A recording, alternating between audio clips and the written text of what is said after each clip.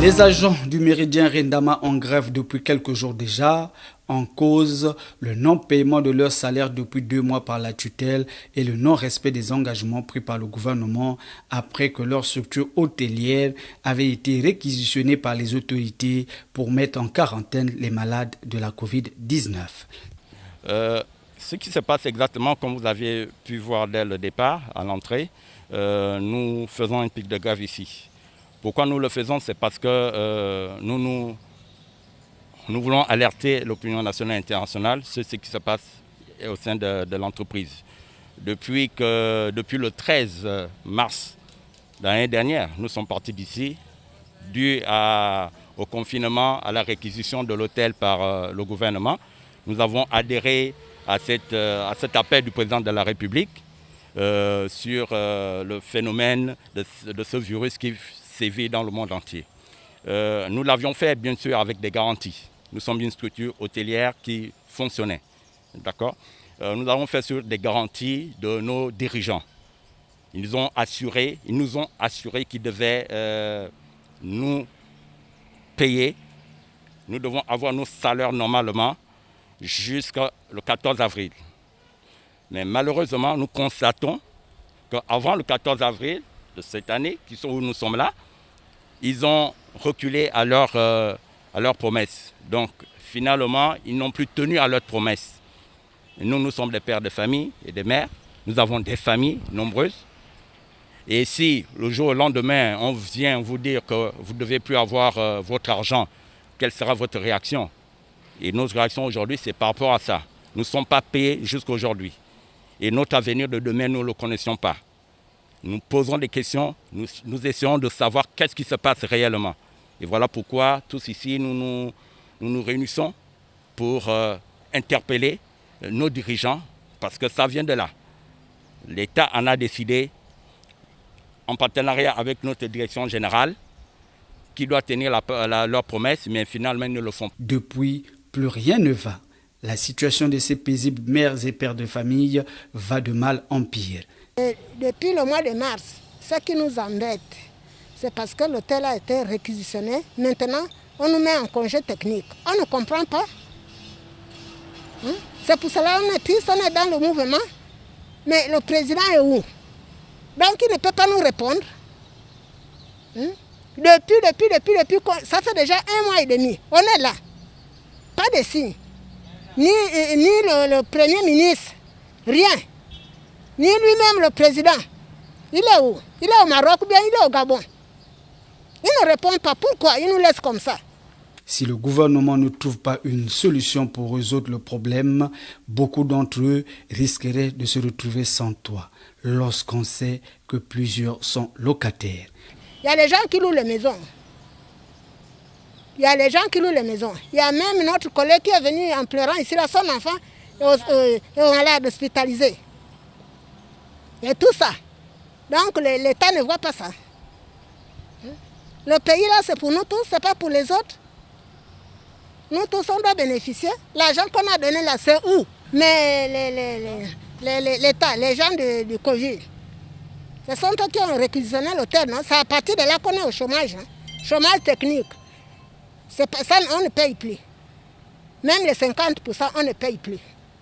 On va faire comment? Les gens qui louent les maisons. C'est pour cela que nos collègues là sont morts. À cause de ça. Triste réalité pour ces agents qui, à cause de la galère, le manque de soins, sont en train de partir un à un. Car on compte déjà 3 morts en 1 mois parmi le personnel. On a perdu 3 collègues. Pas d'assurance. Il n'y a plus l'assurance maladie. Il n'y a pas d'argent pour payer les médicaments. Ça nous fait mal. Depuis qu'on a perdu les 3 collègues là, c'est que nous ne sommes pas à l'aise. Moi qui vous parle, j'ai 2 enfants. Ça fait 2 mois. Mes enfants ne vont pas à l'école. Je n'ai pas l'argent pour payer leur école. Là où je vivais, je ne vis plus là-bas. Je vis maintenant dans une petite chambre de 30 000. Ma petite amie qui paye la chambre. Donc je demande à Yali, le papa de tout le monde, s'il te plaît Yali, ma jeunesse, moi je suis encore jeune.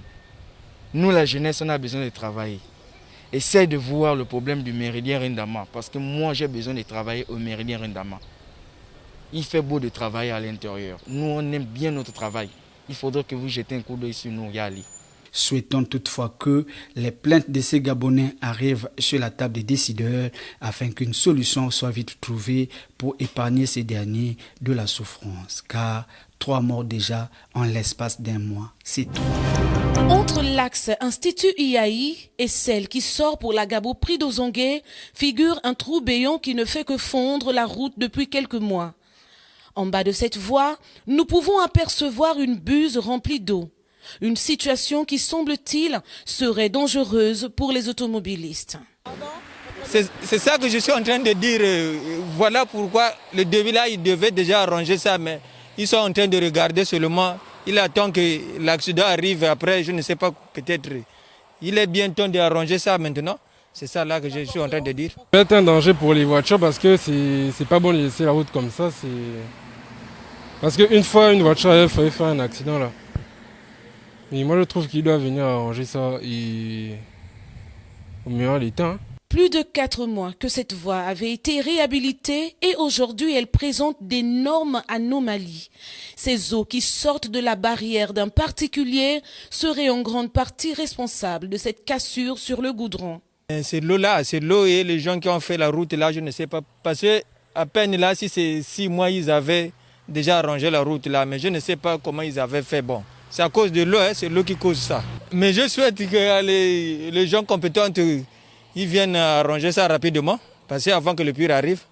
Pour éviter des dégâts choquants, il serait mieux que la société adjudicataire revienne pour d'éventuels travaux. Accident de circulation aux 3 quartiers à l'entrée du camp de Boy. En effet, c'est un gros camion ben de marque Mercedes Actros d'une société de la place qui venait biner de la latérite dans ce cratère qui s'est formé à force de ramasser la poubelle par des tractopelles au milieu de la route, rendant ainsi la chaussée glissante et du coup s'est renversé. Bon, ce qui s'est passé, c'est que le camion de terre est venu premièrement pour bénir au niveau de la poubelle parce qu'il y a un grand trou au niveau de la poubelle. Ils sont venus bénir, mais malheureusement, après avoir béni une première fois, ils se déplacent pour bénir à quelques mètres. Et du coup, le camion s'est accroché sur le mur. Le mur de, je dirais, mon voisin, mais c'est le même bâtiment, c'est le même propriétaire. Donc, ça s'est accroché là et ça s'est renversé. Un autre camion est venu pour tirer le camion qui s'était accroché sur le mur. Et du coup, il y a eu un déséquilibre et c'est tombé. Situation difficile à expliquer car à l'instant où nous sommes arrivés, le chauffeur n'était plus sur les lieux. Un témoin de l'événement nous retrace les faits. Ce qui s'est passé justement à la benne, vous-même vous voyez, la benne vient en même temps pour juste bénir le gravier.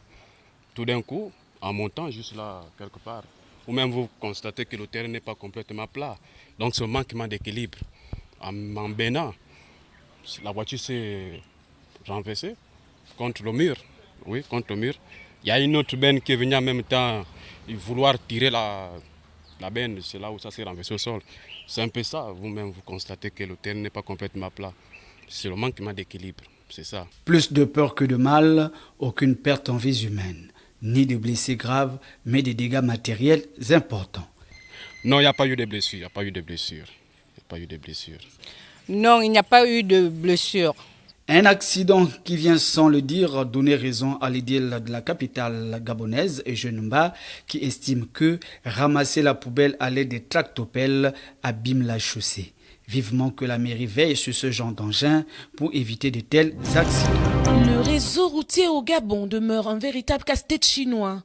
À Ovendo précisément sur l'unique route secondaire qui mène de la SEEG à Carrière apporte rien que des insatisfactions chez les usagers qui empruntent cette chaussée truffée de nids de poules, des trous, des fissures.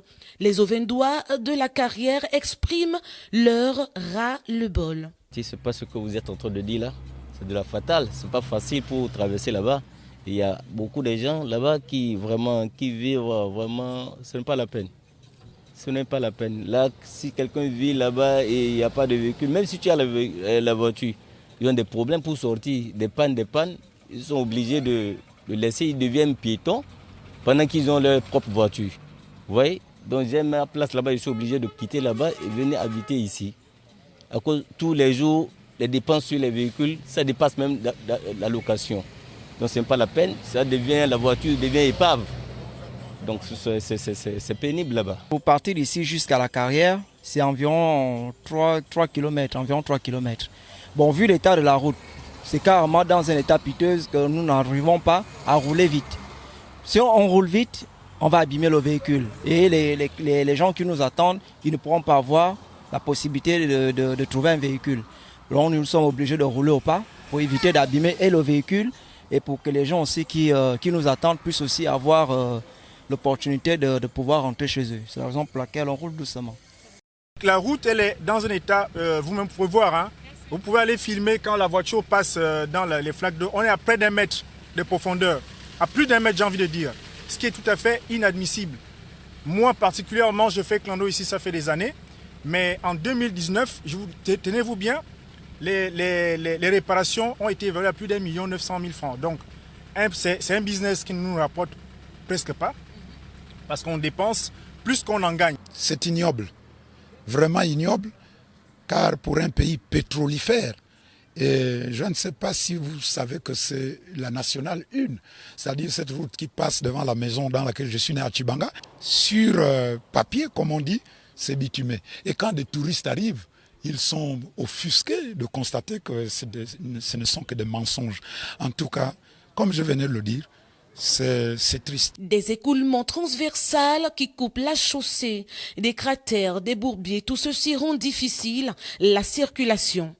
Les transporteurs, confrontés régulièrement aux problèmes techniques, expliquent pourquoi est-ce que les populations doivent faire plus d'1 heure pour avoir un véhicule de transport. On ne peut même pas faire une semaine sans que nous ayons des pannes.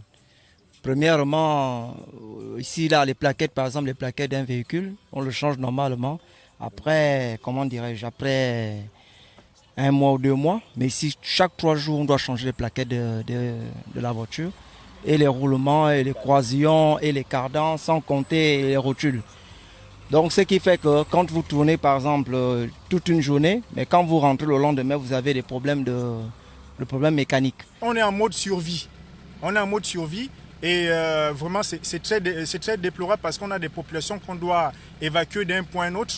Pour partir d'ici, les populations font sensiblement 2 heures en train d'attendre une voiture parce que la route, on met 1h45 pour aller et retour pour moins de 10 km, ce qui n'est pas du tout normal. Plusieurs années dans le désarroi, dans l'inquiétude, les automobilistes ainsi que les usagers se tournent vers les décideurs. Si l'État pouvait vraiment nous aider, la place là, vraiment, ce serait une bonne chose, les frères. S'ils pouvaient nous donner un coup de main de là, de la carrière jusqu'à ici, là, à la SCG ici, là, vraiment, s'ils pouvaient nous aider, voilà, ce serait une bonne chose. Le système, nous ne sommes pas contre eux en tant qu'humains, mais c'est cette manière de gérer ce pays comme s'il était leur gibecière. Ils doivent nous le développer, car moi je sais que le Gabon est parmi, sinon le pays le plus richissime de la planète. Mais malheureusement, la plus-value de ces richesses ne profite qu'aux autres pays de la planète. Pourquoi? Voilà pourquoi, s'ils aiment le Gabon, son peuple, s'ils s'aiment eux-mêmes, ils doivent booster le développement afin que celui-ci profite aux Gabonais lambda. Une action du gouvernement ou de la mairesse nous serait vraiment la bienvenue. On l'attend vraiment de tous nos voeux, quoi. La forte dégradation de cette route devrait attirer le regard des autorités compétentes pour le bien-être des résidents de l'axe SEEG Carrière Ovendo. Chadi Moukariem, maire du 5e arrondissement de la capitale de Libreville, Ozangué, vient d'effectuer ce jour une visite d'inspection sur le chantier de la route décharge de Mindoubé-Igoumié dans la commune d'Ovendo. Ici, le premier citoyen du 5e est venu s'enquérir de l'état d'avancement des travaux qui seraient réalisés à 95%, selon le constat fait par ce dernier. Nous sommes aujourd'hui sur le site de la route Mindoubé-Igoumié. Donc c'est une route qui rentre par la décharge de Mindoubé et qui ressort à Ovendo vers Igoumié. Donc les travaux vont très bien, ça avance très bien. Et on est à la dernière étape, c'est le pont est déjà réalisé. Il reste à goudronner cette dernière partie et nous avons dernièrement eu des petites inondations ici.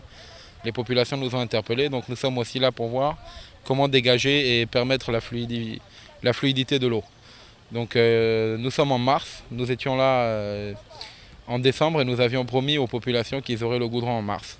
Donc à 95% cette route est réalisée, il reste juste un petit linéaire de 100 mètres à peu près à goudronner. Et puis cette route sera achevée, il va rester des trottoirs à faire et l'aménagement des abords pour sécuriser vraiment la voie par rapport à la décharge. Ce géant chantier réalisé grâce aux efforts du gouvernement pour répondre aux attentes des populations serait livré dans les tout prochains jours. Ce, malgré le contexte actuel lié à la crise du corona. La société en charge a su respecter les délais. Alors il faut rappeler que ce chantier a démarré au moment où la pandémie du corona nous a frappés.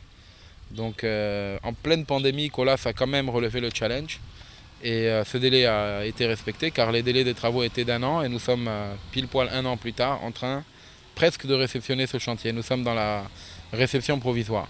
Donc les délais sont respectés et nous pouvons vous rassurer que, comme vous pouvez voir cet enrochement, la route a été curée sur plus de 2 mètres de profondeur et il y a eu un enrochement comme vous le voyez là pour reconstruire totalement la fondation de la route. Donc c'est des travaux qui ont été faits dans les règles de l'art. Et nous remercions l'entreprise Colas qui a embauché 90% des Gabonais.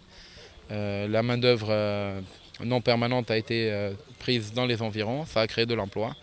Donc nous encourageons vraiment les populations à entretenir cet ouvrage d'art pour qu'il dure assez longtemps. Grande satisfaction pour les habitants du quartier Mindoubé-Poubelle qui ont bravé la boue, les mares d'eau et autres obstacles pendant des décennies pour sortir en ville. Ça, nous sommes vraiment contents et vraiment nous sommes soulagés de ce que c'est. La route qu'ils ont mis là, ça nous a beaucoup aidé. Parce qu'on a trop souffert des années. La boue, l'eau, pour quitter de la poubelle là, en haut là-bas, les voitures nous laissaient même en haut là-bas. On venait ici dans la boue à pied. Là, nous sommes déjà bien. Nous sommes contents. Ce qui nous dérange maintenant, là, c'est l'eau. Parce que ça traverse toujours. On a des petits problèmes de ça, mais ça va aussi s'arranger. Une occasion pour les habitants de Mindoubé-Poubelle de remercier les autorités de la République qui sont lesquelles le quartier serait toujours enclavé. Ça remonte déjà à plus de 10 ans que la voile elle était très mauvaise. Aujourd'hui, si on a essayé de la bitumer, sa réponse c'est bon, c'est joli. Même s'il y a les inondations au niveau du pont, bon, je crois que c'est des choses qui seront aménagées à la longue. Parce qu'ils n'ont pas encore terminé les travaux, ils sont encore en train de les effectuer. Je vois il y a des parties qui ne sont pas bitumées, il y a des parties qui sont... Et ce matin, quand je venais même dans la voiture, le monsieur me disait que non, au fait, il y aura des raccordements qui vont se faire parce qu'il y a des parties qui sont pas encore bien faites, qui vont devoir aménager plus tard. Mais sinon, c'est bon, c'est joli. C'est ce qu'on veut. Si toutes les voies sont bitumées, c'est mieux. Ce serait agréable pour le Gabon. Au fait, c'est ce que nous attendons tous. Libreville, si tout Libreville est bitumé, ce serait vraiment bon. Là, maintenant, il faudrait prendre maintenant du côté de la carrière jusqu'à la Sini là-bas, de la carrière jusqu'à Igoumi au niveau du cimetière. Si tout ça c'est bitumé, au fait, ce serait agréable. Notre parcours serait simplifié. Et les autorités, c'est-à-dire qu'il ne faudrait pas qu'ils baissent maintenant les bras parce que quand ils commencent quelque chose comme ça, après ils vont laisser tomber, on va revenir encore, ce serait des nuits de poules qui seront là. Moi, je crois qu'il faudrait, au fait, j'interpelle les autorités d'avoir une continuité dans ce qu'ils font. S'ils ont commencé, qu'ils aillent jusqu'au bout. C'est ce que la population attend d'eux. C'est ce que la population attend d'eux, qu'ils aillent jusqu'au bout. Quand tout est fait, au fait, on serait content. Là, on ne pourra pas dire que telle personne a été mise à tel poste, il n'a rien fait. Mais il a été à son poste, il a bien travaillé et c'est bon, il serait félicité, il serait remercié. C'est ce que le Gabon attend. Il n'y a que cela. Il n'y a pas d'autre. Souhaitons toutefois que Chadim Moukarim poursuive sa série de visites dans les autres chantiers engagés dans son arrondissement. Une occasion sans nul doute d'embrasser aussi ces populations et veiller à la politique du chef de l'État dans le 5e arrondissement de la capitale gabonaise. L'évolution de la technologie a pris de l'ampleur dans le monde. L'arrivée des téléphones Android est plus appréciée par toutes les couches sociales. Il ne se passe pas un instant de trouver au passage un individu manipulant son téléphone. Cet objet nécessaire apporterait aussi beaucoup de frustration chez les populations suite à sa fragilité. Les réparateurs de ces outils annoncent combien de temps ils font pour les arranger au quotidien. C'est un boulot comme tout autre. On essaie de démonter le téléphone et puis connaître la panne et puis on fait juste un diagnostic. On ne fait pas au client et puis on lui donne un prix Après, on fait. Simplement, ça dépend. Et puis si c'est juste l'écran, moins de 5 à 10 minutes, c'est bon. Maintenant, si ce sont des pannes qui sont sur souvent les plaquettes, sur les téléphones, on peut prendre même souvent une journée, souvent même 2 jours. Parce qu'il y a beaucoup de diagnostics sur le téléphone. Il faut connaître là où se trouve la masse avant de donner, de donner quelque chose au client. On peut dire, bon, tu passes dans 2 jours ou tu passes dans 3 jours pour juste laisser le temps de mieux travailler. Parce que sur les plaquettes, il y a beaucoup de bornes. Il faut trouver là où le courant passe, là où il y a la masse. Il faut souder, il faut enlever ça.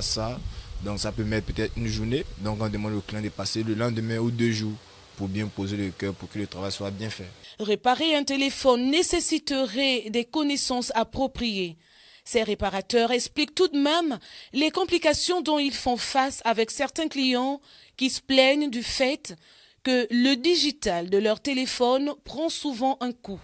L'utilisation de l'anti-choc et celle des protèges de téléphone sont expliquées. Ça c'est partout, on ne peut pas reprocher ça aux clients, ça c'est partout parce qu'il y a souvent les clients qui sont beaucoup exigeants pour demander bon j'ai beaucoup de documents à l'intérieur, il faut que tu puisses me réanimer le téléphone. Donc ça c'est forcé, il y a des clients qui parlent souvent mal pour dire bon vous avez cassé l'écran d'un téléphone ou mon téléphone n'est pas venu comme ça, ça c'est partout. On gère ça avec les clients, c'est un boulot. Il y a souvent des malentendus entre nous avec les clients, mais ça va, on gère. L'anti-choc, ça permet à ce que l'écran soit bien protégé. Et puis, c'est pas forcément pour que l'écran ne se casse pas. C'est pour éviter juste les petits chocs. Et puis, souvent, les pochettes, c'est pour juste protéger le téléphone. Protéger le téléphone pour que le téléphone garde toujours sa splendeur. Le téléphone peut ne pas être cassé. Bon, ce sont des appareils électroniques. Ça peut ne pas être cassé et puis ça ne passe pas. Mais on a une façon de faire pour que ça puisse repasser. Ça peut être juste planté. Problème de système. Les spécialistes en la matière interpellent les uns et les autres à prendre soin de leur appareil. Je suis présentement ici pour réparer mon téléphone. Donc il a pris un coup et je n'arrive plus à lancer des appels ni à recevoir parce que le digital embête. C'est vraiment désagréable parce que lorsque vous recevez un appel urgent et que vous ne pouvez pas répondre tout de suite, ça vous met mal à l'aise. Oui. Donc à l'époque, avec des téléphones simples, on avait cette facilité de répondre à des appels ou de décrocher. Mais avec cette nouvelle génération, c'est vrai, les Android sont de très bonne qualité, mais avec ce problème, c'est vraiment embêtant. Il faut les réparer à tout moment. Une fois c'est en contact avec le sol, ça se casse et puis c'est vraiment désagréable. C'est au client de savoir utiliser son téléphone. Moi, je vais payer le téléphone là à 31S. J'ai payé ça à une somme de 145 000. Une semaine après, l'enfant a fait tomber, c'est cassé. Parce que je ne sais pas utiliser. Il faut bien garder votre téléphone. Et si votre téléphone prend un coup, il faut savoir que vous allez dépenser ou payer un autre téléphone. Plus qu'important dans la société, l'utilisation des téléphones Android très sensibles devrait être utilisée avec beaucoup de prudence. La situation des agents du Méridien mis en congé technique après la réquisition de leurs outils de travail par les autorités pour cause du coronavirus semble aller de mal en pire. Après le piquet de grève érigé devant leur hôtel pour réclamer le paiement de 2 mois d'arrêt de salaire et qui est resté sans suite favorable, ces derniers se sont déportés ce jeudi 18 mars du côté de l'hôtel Radisson Blu pour essayer de rencontrer la hiérarchie afin d'en savoir un peu plus sur leur avenir. Le personnel de Rendama est dans la rue, il faut dire les vérités telles qu'elles sont. Déjà, on percevait l'indemnité de congé technique à 50%. D'ailleurs, qui a été décidé de façon unilatérale par notre direction. Et la fin du mois de février, l'indemnité de 50% a disparu. Et nos employeurs nous ont sorti un mémo nous expliquant qu'ils ne sont plus en mesure de payer les 50%. Et le même document a été copié reçu donc par le ministère du Travail, l'inspection du travail et le ministère du Tourisme. Ce document est sorti depuis le 18 février. Jusqu'à ce jour, tout le monde est silencieux. Et la direction générale du Rendama et les autorités gabonaises, donc notamment notre ministre de tutelle et le ministre du Travail. Donc, on n'a plus de salaire, qu'est-ce qu'on fait? Quelqu'un qui paye le loyer, lorsqu'il n'a plus de salaire, il paye le loyer avec son salaire. Lorsqu'il n'a plus de salaire, qu'est-ce qu'il fait? Le bailleur le met dans la rue. Et c'est ce qui nous arrive. Beaucoup d'entre nous sommes dans la rue. Qu'est-ce qu'on fait? On cherche un endroit où s'abriter. Donc dans ce cas, qu'est-ce qu'on a fait? On a décidé de dormir à notre lieu de travail. Étant donné que le dialogue est coupé, le silence nous inquiète. Ça fait déjà un mois, du 18 au 18. Ça fait un mois. On n'a toujours pas de salaire. Donc, notre direction générale ne met plus les pieds au Rendama. Ils sont ici au Radisson. Donc ce matin, on est venu pour leur poser au moins 2 ou 3 questions puisqu'ils nous ont fouillés. Ils nous ont fouillés. Donc, on est venu ce matin à leur lieu de travail, maintenant au Radisson, au moins pour leur poser les questions, pour leur demander où en est-on. Notre situation est prise en compte désormais par qui? Ça avance ou ça recule? Parce que 1 mois sans salaire, on va passer 2 mois, jusqu'à quand? Une triste réalité pour ces mères et pères qui sont à la quête d'un dialogue avec la tutelle, qui pourtant avait bel et bien existé jusqu'au 15 mars et depuis, c'est le statu quo. D'abord, on nous a mis en chômage technique avec réduction des salaires de 50%. Et puis après ça, même pas 2 mois, ils ont tout suspendu. On n'a pas eu le temps de se préparer même pour le chômage technique. Donc les bailleurs, eux, ils ont considéré toujours la même situation qu'avant. On n'a pas pu prévoir les uns de peut-être trouver un logement plus réduit, à coût réduit, ou pour les autres de revoir les écoles et tout ça. Là, on n'a eu aucune préparation, que ce soit matériellement ou bien psychologiquement. Et c'est ce manque de préparation qui a occasionné même la mort de certains d'entre nous. Parce que psychologiquement, ils étaient atteints. Donc, ils ont vu leur train de vie dégringoler avec les conditions sociales précaires. Ils avaient déjà des maladies, plus avec les tensions et tout ce qui sont venus. Faute de soins, à cause de la suspension de l'assurance maladie, ils n'ont pas eu les moyens, ils ont décédé. On a attiré l'attention de nos dirigeants, particulièrement de M. Prassad et M. Nizar. Vous passez au Rendama, vous allez voir les photos de nos défunts collègues. Donc ça devait interpeller les uns les autres pour dire il y a déjà eu 3 morts, on doit réagir. Mais jusqu'à présent, il n'y a rien eu. Alors, beaucoup d'entre nous n'ont plus de moyens pour se nourrir, de se loger. Raison pour laquelle on a décidé maintenant d'investir le bâtiment, parce qu'au moins, là, on verra que c'est l'autre contrat qui nous rejoint à la direction pour qu'eux, ils viennent vers nous. Beaucoup ont dormi à la Belle Étoile, ça fait déjà 2 jours. Vous avez vu, hier il a plu. Vous avez vu le vent qui souffle, c'est le vent marin. Il y a beaucoup de personnes âgées. Est-ce qu'on attend un 4e mort pour réagir? Non. C'est la raison pour laquelle nous sommes là. Nous interpellons M. Prassad, nous interpellons les autorités qui ont réquisitionné l'État, qui ont l'établissement autant pour moi, pour qu'ils fassent quelque chose. Il suffit de lire leur mouvement pour constater que le fait d'avoir passé près d'1 semaine à dormir à la Belle Étoile devant leur siège pourrait mieux expliquer la souffrance qu'ils encourent, surtout pour ceux qui sont locataires, d'où cette interpellation aux autorités. On est dépassés, on dort à la Belle Étoile. Il y a eu des conventions qui ont été signées avec les Indiens. Ils nous ont coupé les salaires, divisé les salaires au milieu pour dire quoi 50%. 50%, ils payent la quinzaine, le 18, on nous dit les salaires sont coupés. Les mères et pères de famille qui dorment dehors à la Belle Étoile, les Indiens, on ne les voit pas. Aucun n'arrive. Aucun ne vient dire même un mot. Depuis 1 an, aujourd'hui, on n'a plus revu ni Prassad ni Nizar. Où sont-ils? Pourquoi tant de souffrance dans notre Gabon? Les Gabonais doivent souffrir autant. Pourquoi? Je n'ai pas entendu, vous avez dit un discours là que vous serez heureux quand les Gabonais seront heureux. Pourquoi aujourd'hui l'heureux là est mort? Vous êtes où? Avec les moustiques, à la Belle Étoile, on n'est pas entré parce que les Indiens ont mis une affiche là-bas, soit disant qu'on ne rentre pas dans leur méridien. Donc on dort dehors. Dehors, parce qu'il y en a parmi nous là, nous tous là, les propriétaires veulent leur argent. On fait comme... Si le linge sale se lave en famille, il y a lieu de se dire qu'il n'est pas encore trop tard pour les deux parties de trouver une solution susceptible de satisfaire l'une ou l'autre. Ce, malgré le contexte économique actuel lié à la crise du coronavirus qui dérange l'économie mondiale. Plus de ces départements ont été marqués par la présence du maire de Libreville et de sa délégation. Eugène Mba touche du doigt en visitant chaque service de la municipalité pour s'enquérir des conditions de travail de ses agents.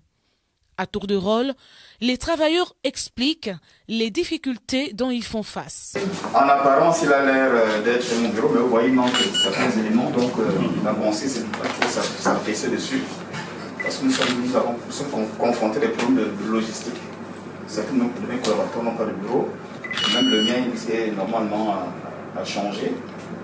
Et moi, je travaille beaucoup à l'international. Et ici, comme vous constatez, monsieur le maire, c'est dans les conditions que travaillent vos agents. La clim, elle est juste là. On l'a juste allumée, mais elle ne fonctionne pas. En vue de lutter contre la pandémie du coronavirus, l'édile de Libreville a saisi l'opportunité pour distribuer à chaque responsable des kits sanitaires pendant sa visite. Pour cela, on vous remet les masques que nous fabriquons ici dans nos ateliers. Nous comptons sur vous, avec votre personnel, de faire en sorte que régulièrement, vous respectiez les mesures barrières. Depuis son arrivée à la mairie centrale le jeudi 31 décembre 2020, les choses ont démarré. Les œuvres sont visibles. On peut citer la campagne de lutte contre l'insalubrité, le lancement de programmes de 100 jours pour le nettoyage de la ville capitale, mais aussi et surtout l'installation des portiques et l'appareil de désinfection à l'hôtel de ville. Des bons signes qui annoncent l'amélioration des conditions de travail des agents et de la population. Le nouveau budget devrait nous permettre de financer le fonctionnement régulier des services municipaux, d'améliorer les conditions de travail des élus locaux et des agents municipaux, ainsi que les conditions de vie de nos populations. Le contact initié avec les différents départements de la municipalité par Eugène Mba touche à sa fin. Une occasion propice pour l'édile de Libreville de s'imprégner des réalités du travail de son personnel et orienter sa politique sur les nouvelles dispositions à prendre pour faire avancer le travail.